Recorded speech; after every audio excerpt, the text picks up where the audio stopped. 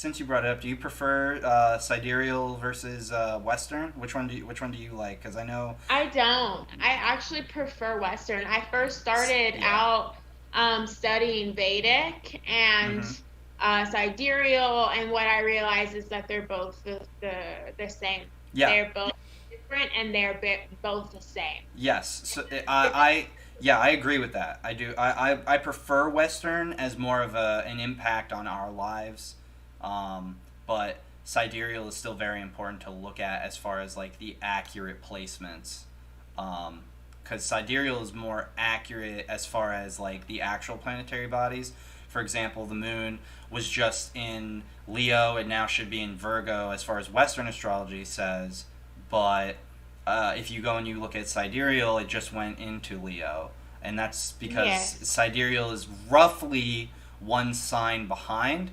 But I think that's because precession of the equinox in our 24,000 year cycle, we are 2,000 years ahead of where the jumpstart was. So it kind of overlaps. So 2,000 years ago was where Aries Aries kind of aligned with the horizon on the 21st on the spring equinox. So now we're 2,000 years later, so it's a whole sign behind. If that makes sense. So basically when I look at people's charts, I kind of try to take into the sidereal energies into account as well. And I think that based off of where you are in time determines a lot about the energy range that you can have. So I'm a Cancer, but technically the sun was in Gemini when I was born. So I have some Gemini qualities. And if we were to go 2,000 years into the future, I would be born as a Cancer, but I would have some Taurian qualities because the sun would technically be in Taurus. If that makes sense. That's the way I perceive it. No, that's great. I like that you know, like you've thought about it and can understand that.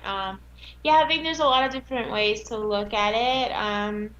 For me, the simplest way I have to explain is like, tropical or Western astrology is from the standpoint, like let's say we're in a theater, an opera house, and you're sitting in one chair and I'm sitting in the other. The play is still happening and everything happens, but maybe I get a whole different experience because I saw behind the house, Right, right? right. Or, and the difference is in sidereal or Western astrology, tropical astrology. Tropical astrology is called tropical because it's from the seat or perspective of the sun, Mm-hmm. and in relation to everything else. And then sidereal is from the relation or the perspective, the seat of Earth. Right. Is what that's the best way for me to like explain it to people. And then also, I have this own like my own theory about it is that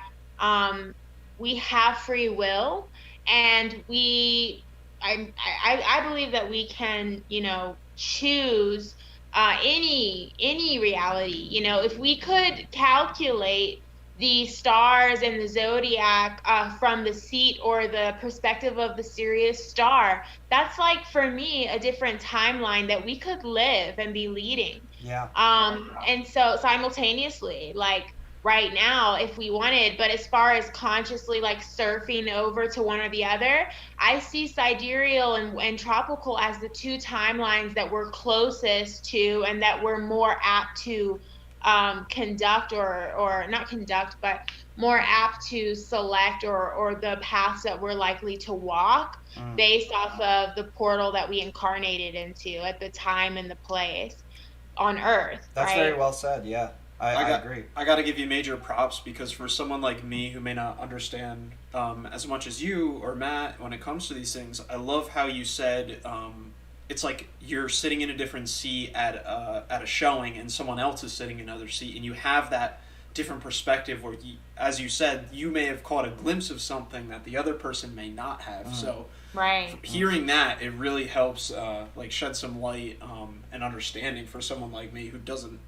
maybe get all of that. So Yeah, and to go Good, yeah, yeah. because I mean, there's no right or wrong. The play is going on, right?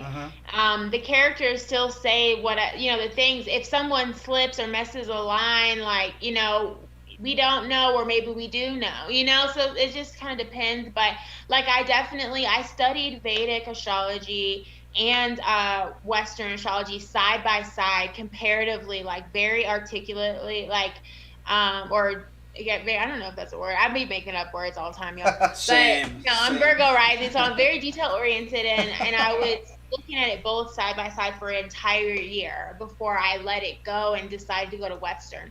Vedic is more complex. I mean, all Yes. astrology period is definitely a science. There is so much calculation that goes into it. 100%. Like, but Vedic, they have lots of stories. They have a lot of Sanskrit terms, I believe, or maybe it's not Sanskrit, but I mean, with yoga, it's Sanskrit. I don't know. Like with Vedic astrology, there's a lot of stories. Yeah.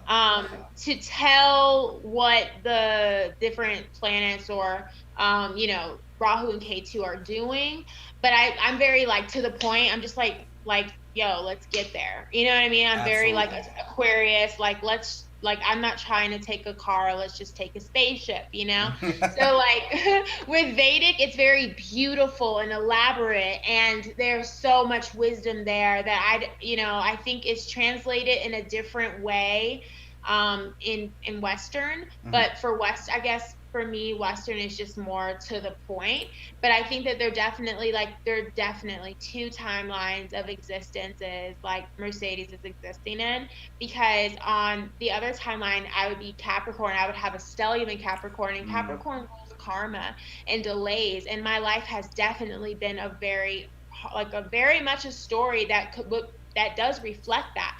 But at the same time, like in Western, my life is totally reflecting Aquarius energy and, everything that goes along with it. So it's been really interesting. I don't think it's wise to knock anything one way or the other. I think it's like really just honoring like all of the perspectives, right? Yeah, I actually really like your explanation because I know that a lot of people who get into it have a lot of debates over sidereal versus tropical. And personally, I also study both because I find them both very fascinating. And I like your description of it because sidereal is definitely more artsy. It definitely has a lot less of a to the point kind of attribute than Western. But overall, yeah, I really and the other thing I liked too that you said, Mercedes, was on free will, because I feel as though the largest misconception. I mean, whether you're going on TikTok, YouTube, or any of the main social platforms that have a lot of normal people, is the way I'll put it. People who aren't so in depth on a lot of these studies, and that's not knocking them or anything at all, because everybody lives their own lifestyle. But it's definitely a science that piques certain people's interest over others. But one of the biggest arguments is people don't fully understand. Number one, it's not just about the horoscope BS that has been perpetuated, because that's just a psychological operation to get people to not look into this stuff. But number two, the biggest thing that you said was free will. The stars and the planets and the energies that you have only go to a certain extent. They're just portals. We have to make the decision to walk through them or stay where we are. I agree with that, and I think to some effect, if you're not aware of the science of astrology, people will end up, given a natural life, they will tend to gravitate and magnetize towards those energies. But the beauty of astrology that I don't think that a lot of people understand yet is that understanding the science of it can help you avoid the negative aspects of yourself that you may not like. Now, that doesn't mean that you can just throw it off as an excuse, because that is not what you should do with anything in your life. But more so what it means is you have the free will to say, I'm a Cancer male, so maybe I will get emotional. Maybe I should watch out for that because I could be more emotional than other men. And that that understanding alone has not really assisted me because I have a moon in Taurus, so I'm pretty stable as is. My emotional state is fairly stable as it comes. But when I was a child, when I think back on when before I had this knowledge, I was a crybaby. Young boy, like Aw. up until like the age of like 10. You weren't crybaby. A crybaby, you were just sensitive. Yes, I was, but I also was a total. I also was a total fucking crybaby. Dan will tell you. There's a good story actually. One of the first week that Dan and I met when we were like 12. I remember I fell off my bike while we were going biking and I started crying. He just came over. He's like, "Are you crying right now?" I was like, "No." I was like, "No, I'm not crying." Yeah, So cute. so actually, what's funny though now is that as I've kind of gotten older, I find it more difficult to cry. I don't know if that's I don't know just maturity or whatever, or maybe it's my moon Taurus taking over because Taurians can be very I don't know what the nice. How old are you? I'm 26 now. Okay. I'll be 27 this July. But Mm. but my moon in Taurus has definitely been a very important stabilizer for me. And additionally, the moon is exalted in Taurus, so I'm very much so attracted by the moon. The moon is like one of my favorite planets, I would say, if not my favorite. I love the sun as well. And for those people in the comments who are going to say the moon is not a planet, they don't understand. Yeah, that's they that's don't right. understand. Yeah, that's right. Yeah, it's just Planetary bodies. planetary bodies. Yeah, Yeah. yeah. It's funny. It's just funny that I can look at a lot of these aspects in my chart now, and if this interests anybody at home too, you can actually go and if you can do it the right way and you can study it the right way, you can find a lot of similarities and a lot of really important attributes in your life that has. It's not really that it's been predetermined. It's almost just that you're a walking magnet. It kind of gets magnetized towards you as you go through Yes. life, and so that can help you or that can harm you, and that is for everybody, absolutely everybody. But I think for me, the best thing about astrology, just for my own natal chart, like studying purposes, is understanding my weaknesses and overcoming them. I think that is probably the most important aspect for that I would vouch for somebody trying to independently study astrology just for the selfish purpose of their own self, not for anything else. But if somebody really wanted to understand themselves more and they were on a big spiritual journey where they wanted to unlock some of their deeper potentials, I think one of the most important things that they should look at is an astrological chart of their birth, because it can help point you in the right directions of things that detail what you're really passionate about. I mean, mine has a lot of detail in that, and I can vouch that I would say my chart is like a good 80 to 90% accuracy of what I kind of perceive about myself, and that 20% is actually even more so important than the 80% because it's a part of myself I don't understand yet, and Right. it's also parts of myself that I don't want to become. It's if there's anything negative in my chart, which everybody has positives and negatives in their chart in some degree, but there's also parts that I don't want to become. So that I think is a really important thing. And I'll again, moon in Taurus, so I ramble on and on and on. I won't stop talking unless somebody interrupts me. So I'll throw it back to you if you had anything you wanted to add. Yeah, as far as astrology, I mean, like for me, it's been nothing but medicine. And that's how I approach it with as far as the readings that I offer. And I've been studying for over 6 years now, like pretty seriously. And I first started, investing in courses and retreats and stuff like that because of where my life was.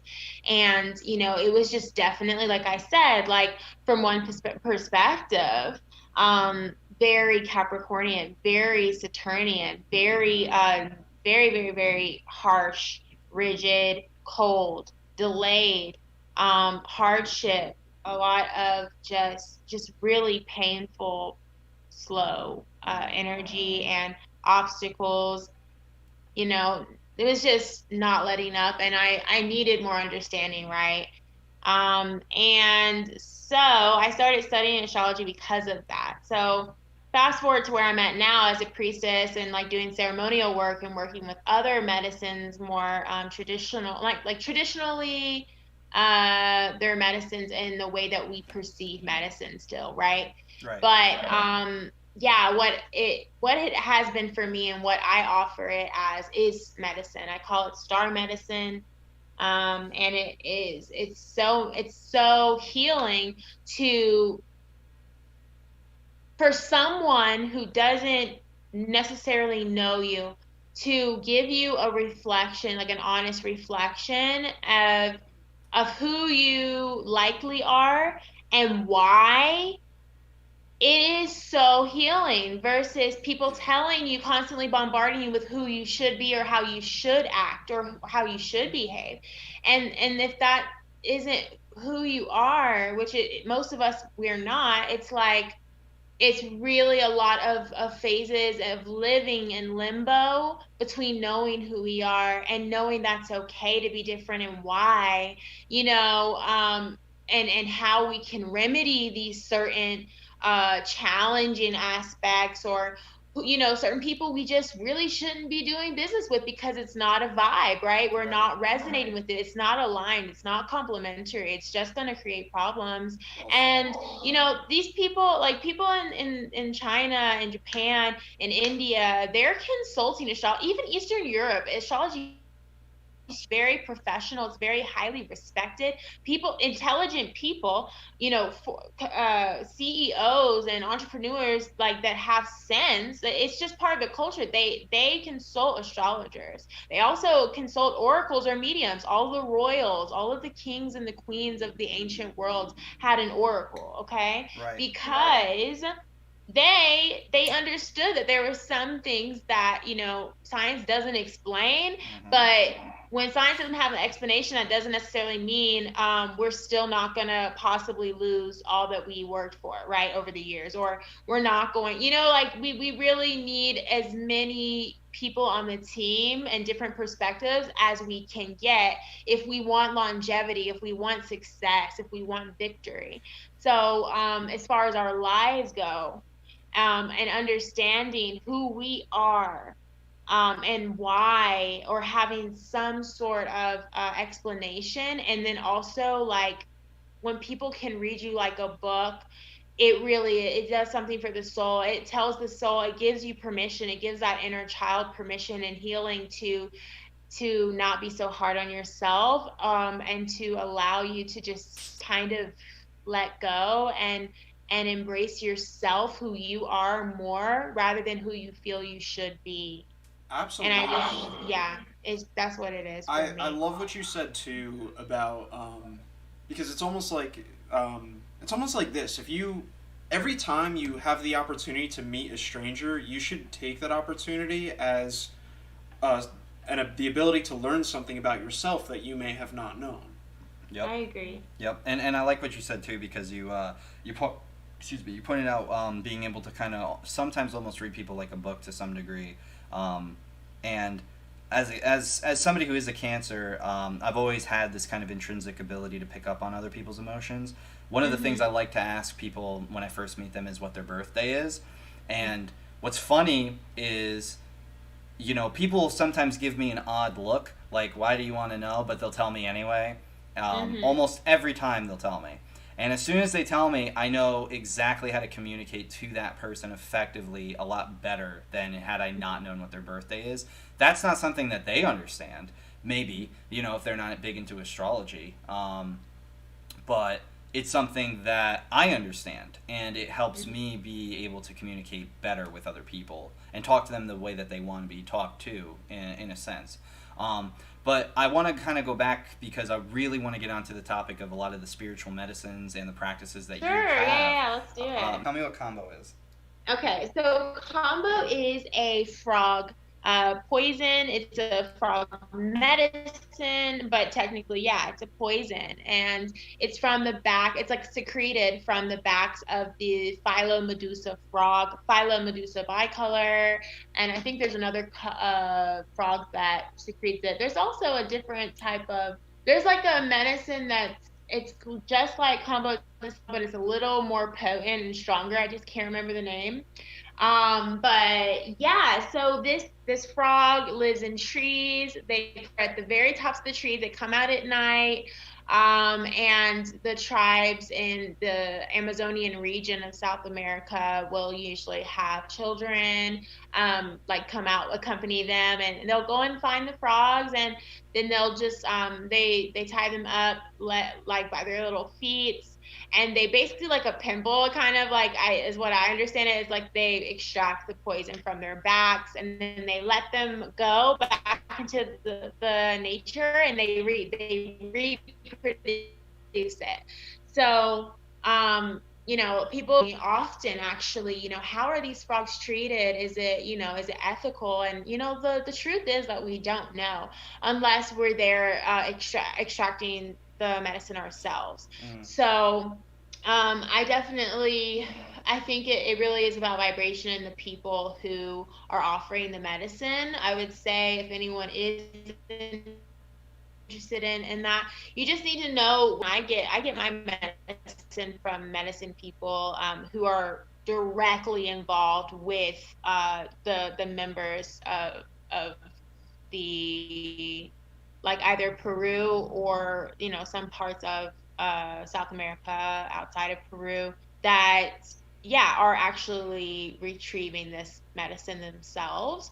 So the woman, like my teacher who trained me in serving Kambo, she's one, and then I have a medicine man here in Mexico. Because I know the people who are moving this medicine and getting it to me and other facilitators, they're living a life that is super aligned with this medicine. It's not like a trendy thing where there's smoking cigarettes or just doing shit that's like not in alignment with this medicine and this like lifestyle. And I mean, that, I guess, you could look at it different ways, and I'm not trying to judge anyone if they do smoke cigarettes. I'm just saying that, yeah, I mean, like, the medicines also, they take on the energy of the people who like carry the medicine or are facilitating the ceremony. So if that person's not doing their work, likely the ceremony goes haywire. It's like a shit show. So like, that's something I know for sure, and that's something that medicine people understand if they've been around it, or any other teachers that are more experienced, they'll tell you that. Gotcha. Do you know what's in the combo secretions? Is it like a DMT kind of thing, or No, what? it is not. It is not a visual sort of like stimulant or anything like that. There's a bunch of peptides in the poison that help with many different things. I'm, like I told you, I'm really bad with names. I definitely have the information. Excuse me. I have the information readily available for people who want to know. But the type of facilitator or astrologer or medicine woman or priestess that I am, like, is I'm very guided by spirit. So if I have a good feeling about it, or a medicine or a ceremony or a facilitator or a retreat, I go with it, and it takes me where I need to be. As far as people needing more scientific research, it's definitely coming along. I think it's more accessible in other parts of the world than in the States. It's definitely limited as far as the searches. Now when you're searching Kambo, all you're finding is like the rare cases of people dying, which usually, like, I have my teacher is she's been serving over 10 years, and she says, most of the people who, like, well, it's not like a lot of people, but the people who have the hardest times with this medicine, or people who, maybe end up going to the hospital, or with any medicine, with ayahuasca or with mushrooms or with, even prescription drugs, is when they have a health condition that either they're unaware of, or they're not, or they have some hard addiction that they don't tell the facilitator about. Gotcha. Because there are certain things that like, if I know someone's pregnant or might be pregnant, that's like a big deal. Yeah. You know what I'm saying? As far as Kambo. Of course. So yeah, I guess, it does.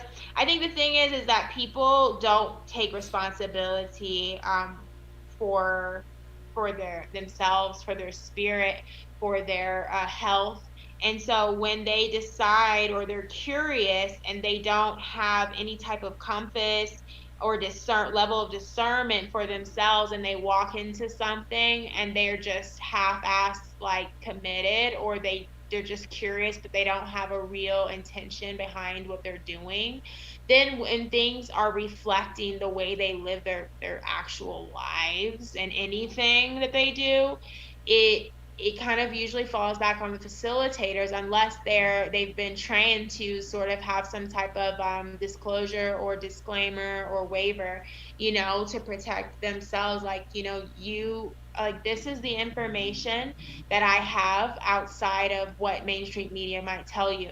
These are the scientific names of the peptides that are in this poison that we know of. This medicine is known as the vaccine of the jungle. And before, the kids in lab coats, this was incredibly successful and revered and respected medicine around the world, and it's legal. Right. So if you do your research and then you want to sit with this medicine, that's the decision you need to make. I'm not here to convince anybody. I'm just living my life. I'm serving myself this medicine because it has helped me so much significantly in clearing karma and ancestral shit that I've been dealing with my entire life. And I definitely see a huge, I mean, unbelievable shift in my life, in my level of abundance, in my clarity, and my ability of receiving wisdom and sharing it, and all of these things. Success. I'm living my dreams and all of these things. And basically the only thing that shifted in the last year was I started serving this medicine. So, it's not like I wasn't doing the work before, but again, there was a lot of struggle, there was a lot of delay, there was a lot of misfires, it really was on every level. So when I started, I had been sitting with the medicine for like years prior, but when I started serving it and I did the training with my teacher and everything, that's when everything started to really change and take off. I gotcha. Well, Yeah. that's really great to hear, and thank you for the explanation.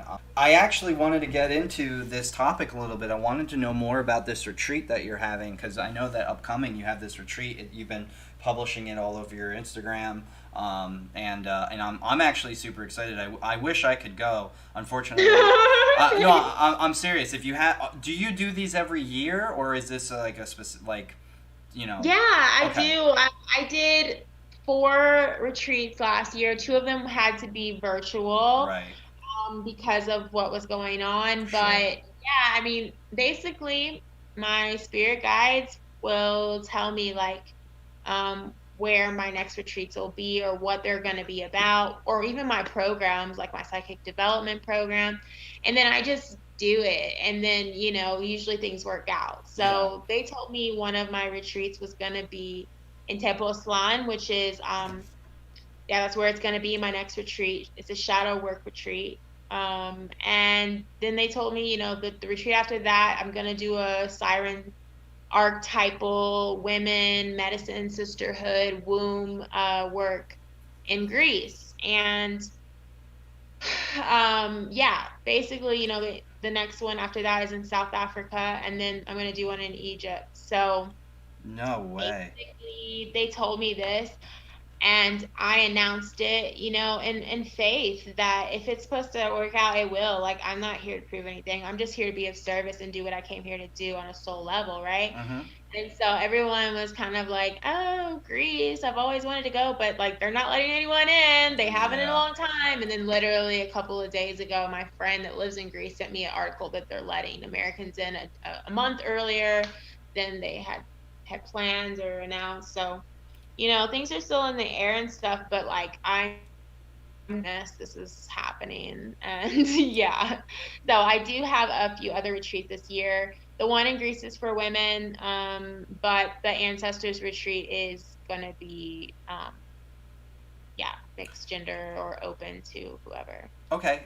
Do you think you could give us a little bit more information for people who might be interested? Because I'll tell you, I'm actually interested on going to one. Really? Oh, it's so beautiful. No, I'm I'd be serious. honored. Yeah, I'd be honored to be oh, part of your journey. not at all. I would be honored for you to be part of mine as well. I want to know, just in the future. I know, just because of everything that's going on right now, it's a little difficult to travel and everything else. But I do have my passport all set and ready to go. So I would be more than willing to go on one of these types of retreats, just for kind of a broader kind of perspective and. That'd be beautiful. Yeah, but for the people who are watching this and listening to this at home, for more of a broader kind of informational sense, do you think you could give us kind of like, on average, how much one of these types of retreats would cost and how long they would be and the types of activities that you would be performing and things of that nature, just in case anybody would be interested? And just to clarify, anybody who is interested, I'm going to be putting links in the descriptions down below, so you can go and you can click on Mercedes' website and you can go take activity in this. Thank you. Thank you so much, brother. Yeah, so okay, so first of all, I would just say I think retreats are really really powerful for anyone. I didn't realize how many people haven't experienced a spiritual retreat or a transformational retreat yet. So I thought everyone had done it, but I realized I was living in a bubble in California. So a lot of people in California, they're into that. They're all about the retreats and the relaxation and the balance in life. But looking back and reconnecting with some of my old, friends and stuff. From the South. I'm from Kentucky. I lived in Georgia for a minute, in Atlanta, and like it's really just not part of the culture in most of America to have balance in your life, to invest in your spiritual connection and into your well-being. So it's really interesting, right? But so I really encourage that for anyone that is feeling like something's missing in their life. Most likely there is, and most likely it's your spiritual connection. It's your connection with self and who you are, and your connection with love, or your connection with money, or these energetic ties, your connection with your family members. So that needs space and time to really be addressed and moved through. In a safe environment where you have someone that's not judging you, who's opening that space for you, who's not going to think that you sound crazy. You know what I mean? Right. So yeah, like I'm all for the woo-woo personally. That's me. But yeah, I mean, you don't have to be necessarily just to get the benefit. I think it really just has to do with being open-minded and having a reason. Even if that's just like, I want to feel better about my life, or I feel depressed most of the time. And I just really want a different perspective or outlook. So I would just leave that there as far as retreats, transformational retreats, or anything like that, inspirational, motivational. Mm-hmm. So each facilitator will be different. They have their own vibe about them, just as any astrologer does, just as any basketball player does. We all have our favorites, right? Right. And that's because we resonate with them for some reason. So it's really important that you don't just go into these things blindly just because someone said they're the shit, or just because they were in Forbes. Like, trust me, just because they have hundreds of thousands of followers doesn't make them a good person or the right person for you. So I just really well said. Understand that. And then, like, next, as far as that, the prices of my retreats, I do tend to lean towards the more luxurious side of things. I've experienced all types of retreats, and honestly, like these days, first of all, like $100 is like the new 20. Yeah. Money just, people get mad when they get a free, $10 template, and they open it up and it's just shit, man. People get upset. People have reached out to me and, humbly like thanked me for my authenticity, and they see the detail and the energy and like the hustle and the heart and the blood and the sweat that I put into what I do. And they were, kind of just sharing with me some other influencers with like thousands of more followers, and some of them, we've talked a few times, just virtually and stuff, and hey girl, hey to each other, but they're saying that like they're offering these memberships or offering these sorts of containers, and it's just shit. Mm-hmm. I mean, it's not real, authentic connection. There's so many girls. It's mostly them talking about themselves I believe that. and I'm like, well, how much did you pay? Yeah. $300? Okay, cool. Well, I get that like most people in America aren't making what they need to be making to survive, but that has nothing to do with value. We have to understand that like if we can drop $500 on a car payment, or like however much money you're spending at Starbucks or out to eat, or if people are still clubbing these days and drinking alcohol, how much are they fucking spending? Yeah, yeah. How much is your soul worth? How much is it worth to have Exactly, yo. That's my question. Like that's Yep. it. Because like how much is your vitality? How much is your life force? How much Yep. is your energy worth? Yep. How much is mine worth? Mine's priceless, and we know that, right? That's But right. it's like, okay, so what do I want to create as far as a retreat? I want it to be an experience. I don't want Right. someone coming here and then like there's we're in the dirt and it's like, these random people because they belong to some organization or tribe or it's a retreat center, but there's no containment, there's no security, or anyone can come in, or you know what I mean? Right. I'm thinking long term. I'm doing Aquarian age retreats, one. So I am offering futuristic workshops and progressive ways of thought and working with people. I'm teaching about biogeometry and healing signatures. I'm teaching about sovereignty and the technology of the womb and these different ways of thinking and working with ley lines, all these things that no one else is doing. And also, even if everyone else was doing it. Okay, let's say I do a yoga retreat. It's going to be different because of me, because I'm there and the people who are going to resonate with me and come. I want people to come to my retreats and if they've ever been to any other retreat, I want them to be blown away.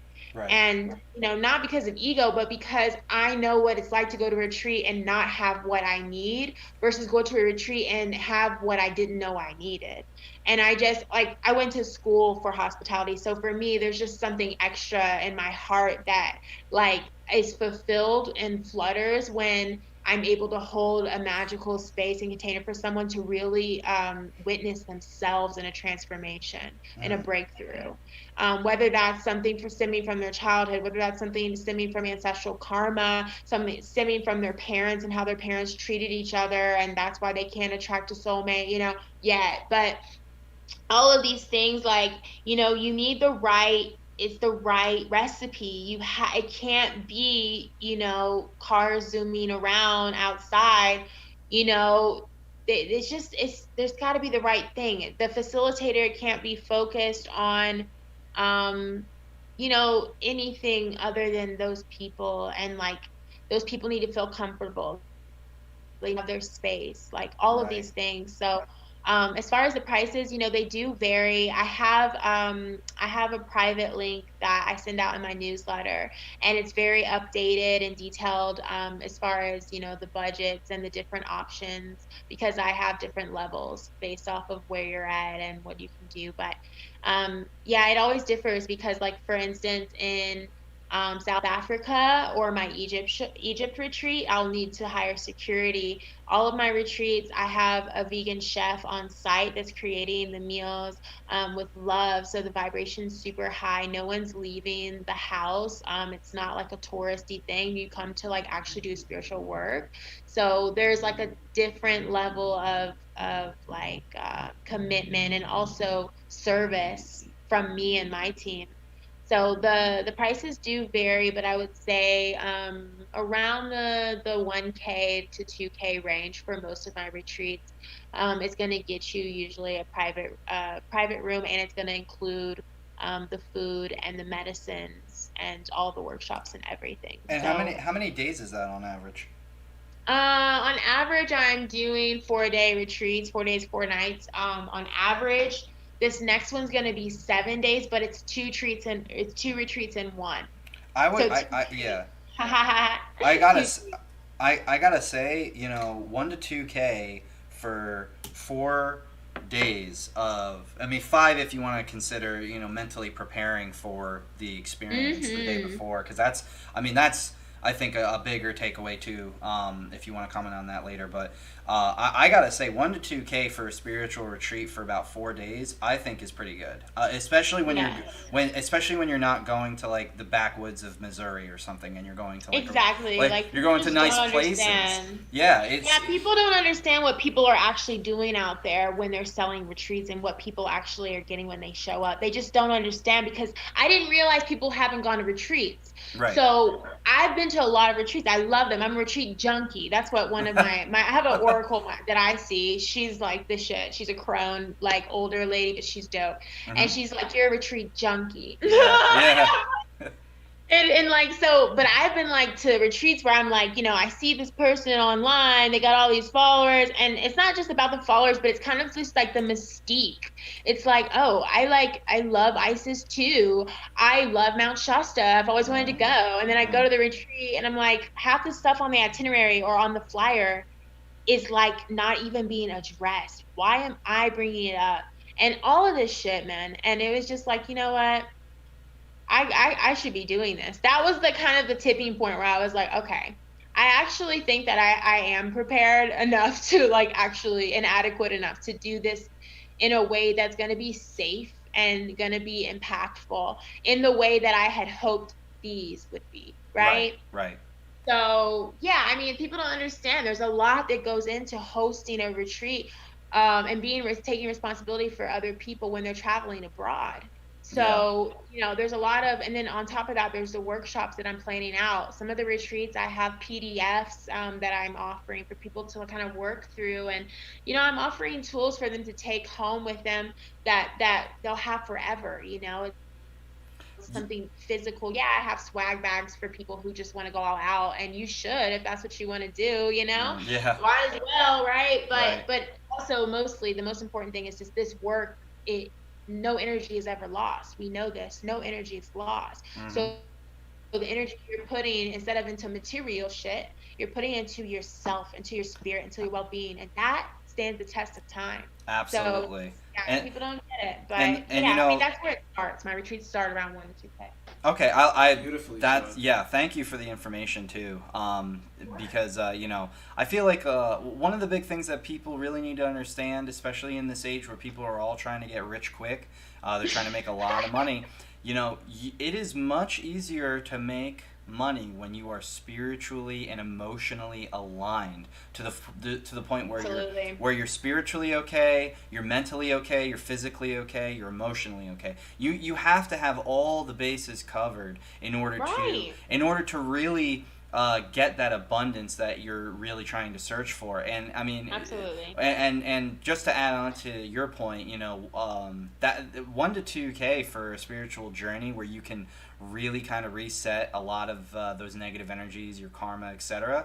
That's priceless. I mean, you're talking about you're talking about a couple $1,000s to reset your soul and feel like a child again. I mean, that's really what you're talking about. You're talking about becoming more at one with yourself, and that's priceless. So I love what you said, and I think that's fairly well priced. Like I said, I want to look into the future of doing more retreats with you. That way, we can get a real holistic journey through the entire experience. So, That would be so beautiful. girl, you already know I'm gonna be in touch with you. Like, it's not even it's not even a thing. It's not even a thing. You know I will. You know I will. I think you would love the Ancestor Retreat. It's gonna be in South Africa. It's gonna be. I am. And we're going to a safari. We're going to safari too. That'd be awesome. I'm Ascendant Sagittarius. I love to travel. Okay, good. I love to travel. So I'm totally about it. I do want to wrap up here because we're already at about an hour in. But okay. But yeah. Other than that, though, I love this conversation. Thank you so much for giving us so much of your time, Mercedes. As always. Me too. You yeah. too. Yeah, you of course. We'll let you go for now. Cool. But thank you again, and thank you guys. Yeah, of course, and we'll talk soon. Yeah, blessings. Yes. And thank you. Thank you so much. Yep, blessings to you. Take care, guys. Yep, you too. Stay in touch. Yep, we'll stay in touch. Bye-bye.